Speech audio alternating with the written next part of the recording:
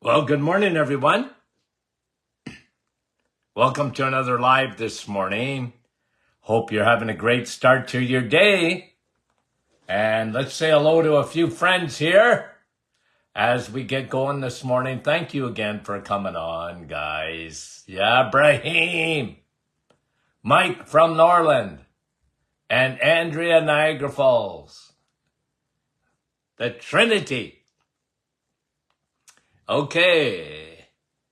And Sandy, Fergus Falls, Minnesota. Kevin, our dear friend from Oshawa. Sandy, good morning to you. Doris, how are you?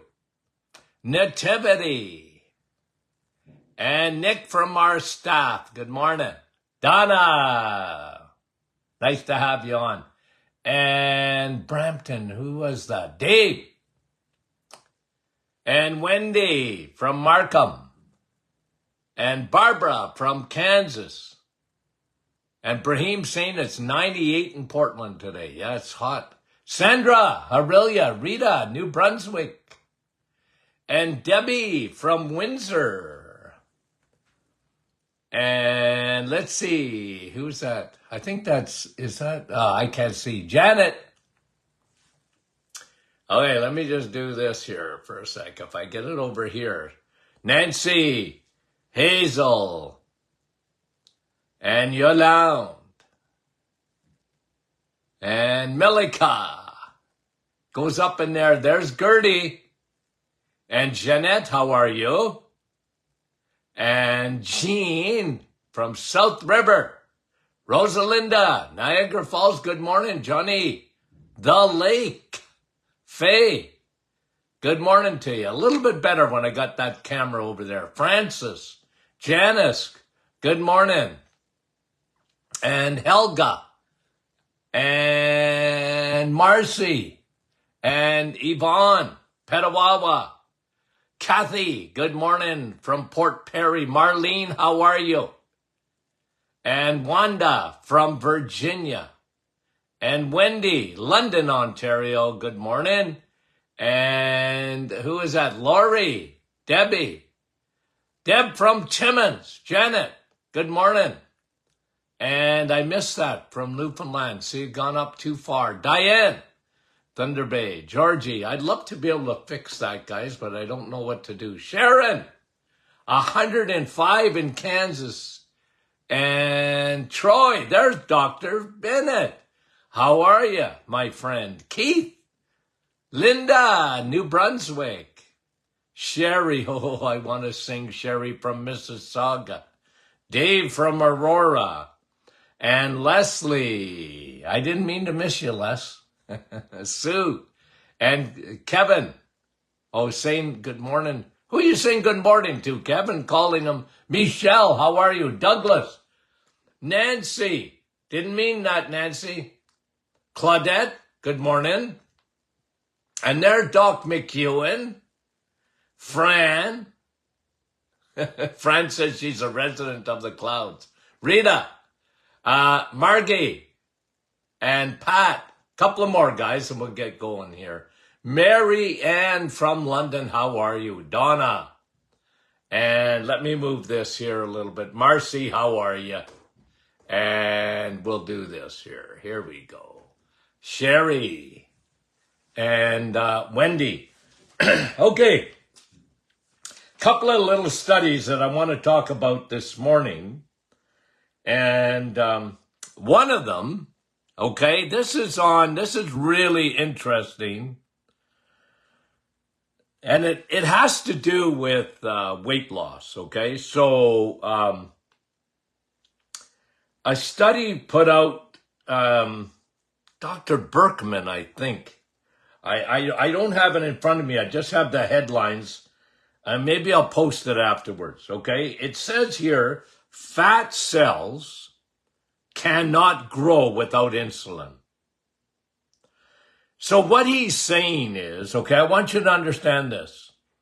It's not calories. It's not calories in or calories out. I'm not saying, you can eat 10,000 calories in a day or whatever. I'm not talking about that.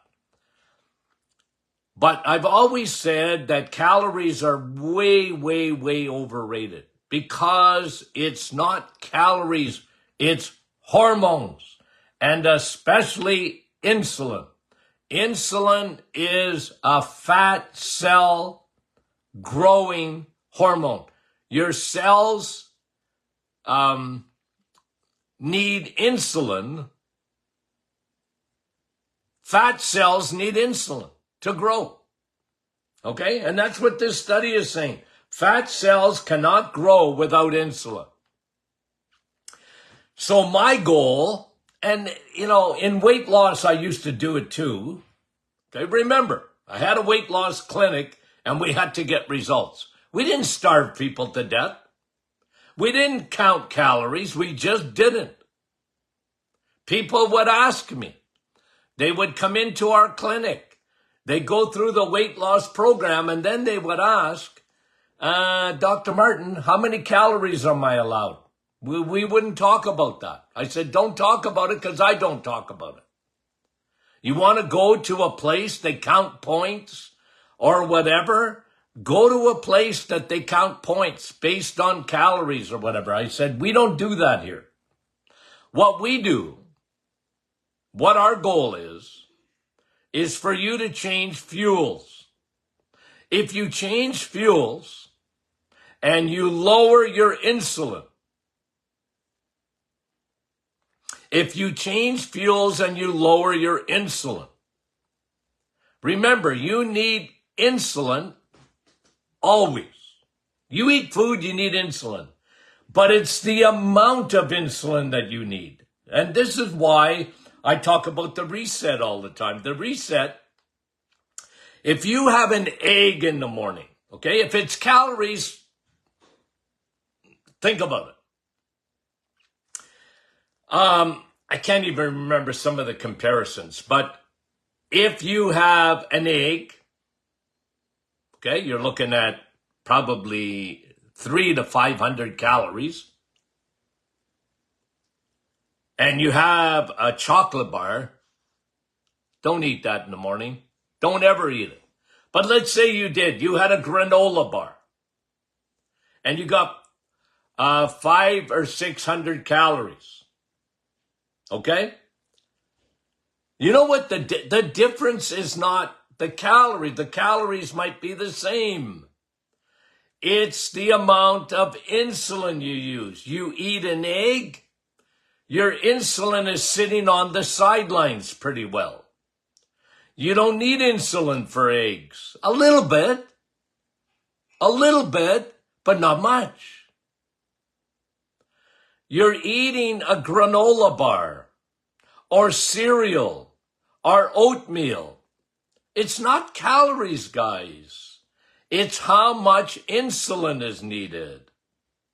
And now the studies are coming out and they're saying exactly that. Fat cells cannot grow without insulin. Insulin's a growth hormone. And by the way, guys, I just got to say it again because I think this is really important. Okay? You and I probably fight cancer every day. Okay? There's a lot of theories out there, but that you and I fight cancer cells every day. That's why you have an immune system. That's why I talk about, because there was an argument a little bit the other, and we like the discussion as long as it's civil. Okay? Keep the discussion civil. Because somebody, you come on there and somebody said, well, sugar does not cause cancer. Well, I don't know if it causes it, but one thing I know, it feeds it.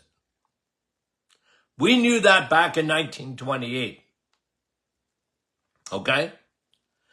So when it comes to cancer, this is important. When it comes to cancer, you want to lower growth hormones. I'm very, very insistent on that. Because a lot of times people get a hold of me, even in my practice days, and they had cancer. I said, well, cut out the sugar. Okay, remember the PET scan. You can't even find cancer in a PET scan unless you give glucose. Why? Cancer cells are ravenous. They want sugar. So the argument that was made the other day that sugar doesn't cause cancer, well, like I said, maybe it doesn't, but it sure feeds it, okay? So you want to cut out sugar, and you want to lower your insulin to almost zero, because insulin is a growth hormone. You want to lower estrogen. Why? Because estrogen is a growth hormone. Ladies, you have to lower estrogen. Oh, Dr. Martin, my estrogen is going down. Yeah, but it's not going down compared to your progesterone. You're still estrogen dominant. And estrogen will make things grow. So I was big on that. Look, start with food. Okay?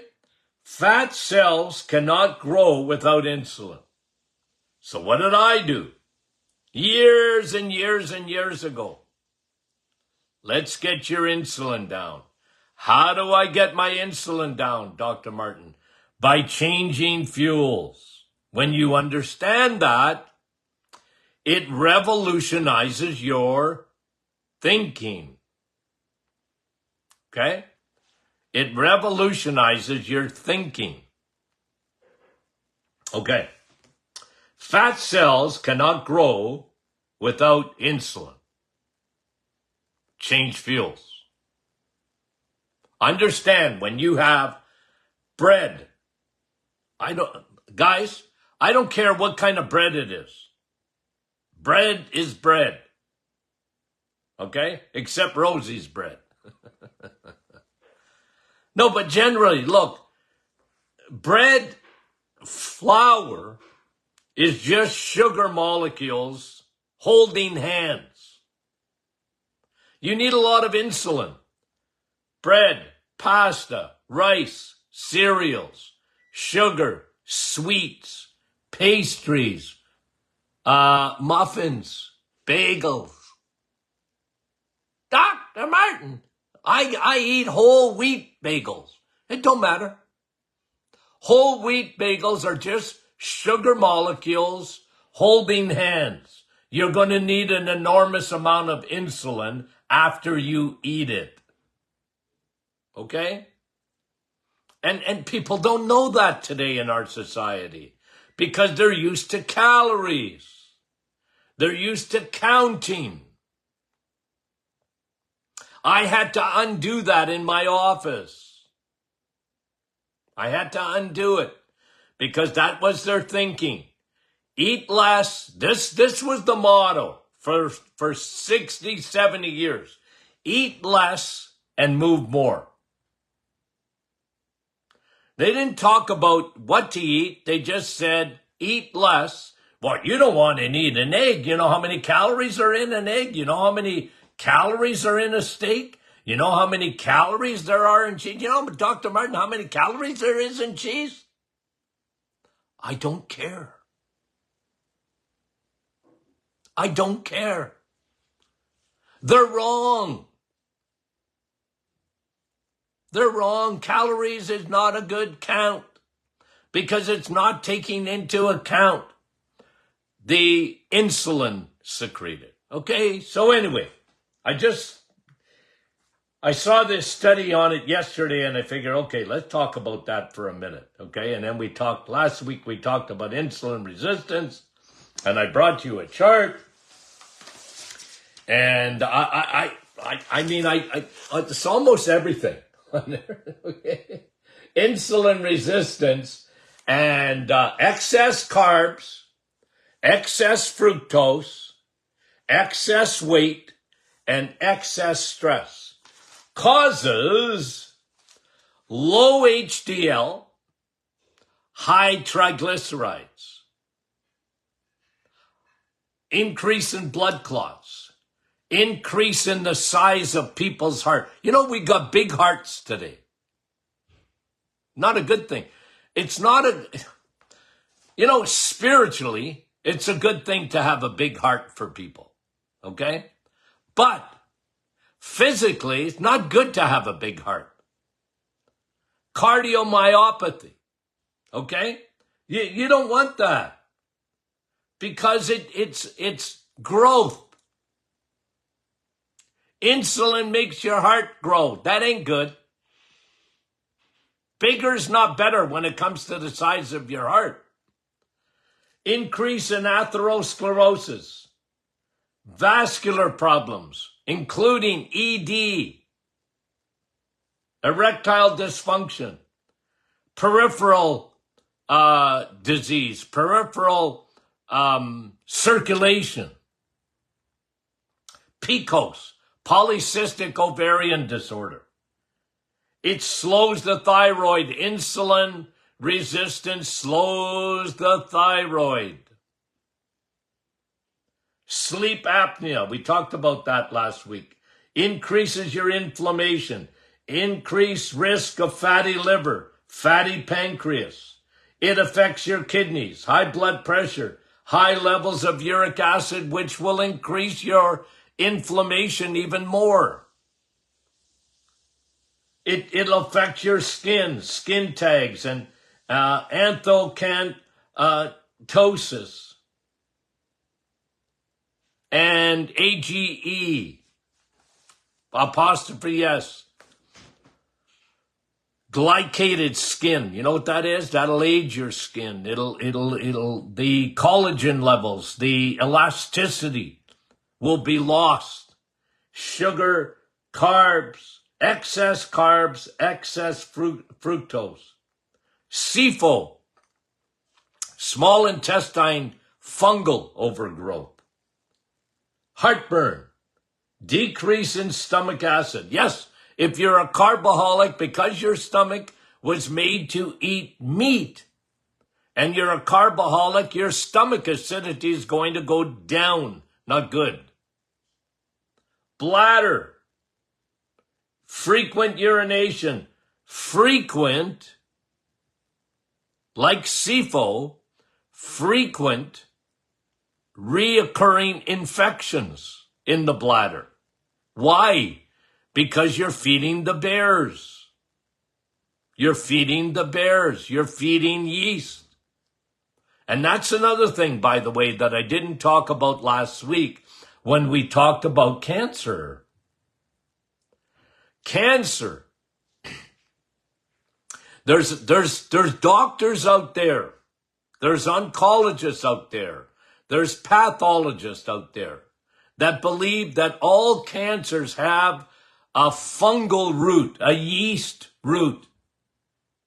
When they look under the cancer cells under a microscope, when they look at a tumor, they always see fungus or yeast. Well, there's another good reason to lay off the sugar, because fungus or yeast or candida, guess what it needs? Sugar to grow. Insulin, get it down. Sugar, get it down. And men, prostate, it will grow, grow, grow. Too much estrogen and too much insulin in a man. Okay, so we talked about all those last week. And fat cells, here's the headline, fat cells cannot grow without insulin. Okay. So when you want to do a weight loss program, I highly recommend that you start by lowering your insulin. It will help you in every aspect of your body. I can't think of anything. I didn't even go into any cognitive. what it does for your brain. What do we call dementia? What do we call Alzheimer's? It's the real name for it. They gotten away from it, but in 2005, they did this in 2005. What did they call Alzheimer's? Type 3 diabetes. It's still the right name for it. But people get offended by that. They don't like it. They wanted a scenario or a narrative that didn't include food for Alzheimer's. The pharmaceutical industry and the food industry, they don't want food because they want to feed you their junk. And they don't want you to question that. Okay. Now, do I have time for this one? Yeah, I think so. Okay. Let me just see what other ones I had. Okay, well, let's do, we're going to talk about, why not talk about another hormone? This is testosterone, okay? Testosterone. So we talked about insulin.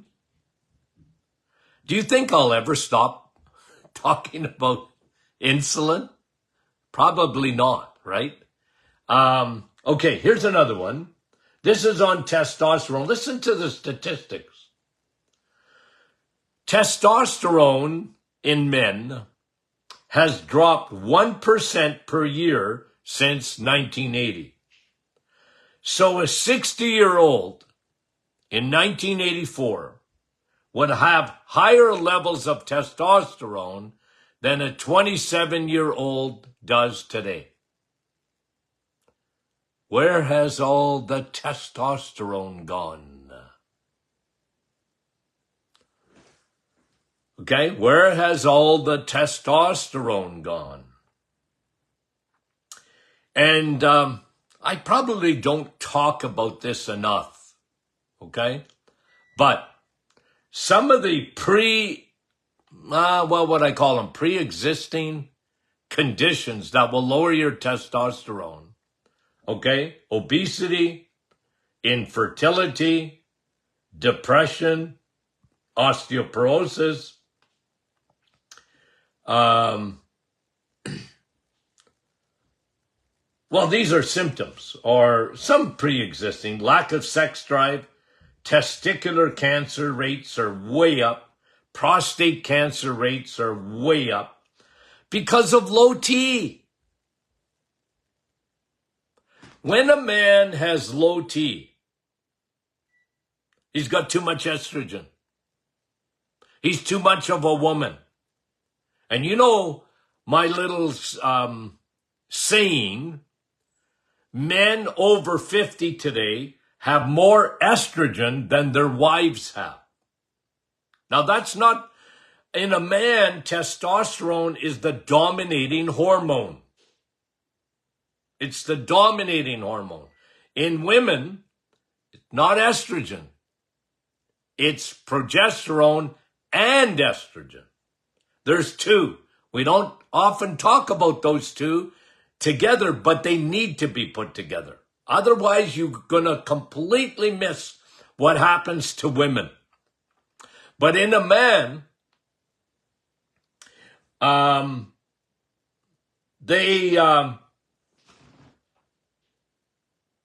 testosterone is our dominating hormone, and it's good for everything. Your brain in a man, your heart in a man, your sex drive in a man, your memory, it has an effect on that.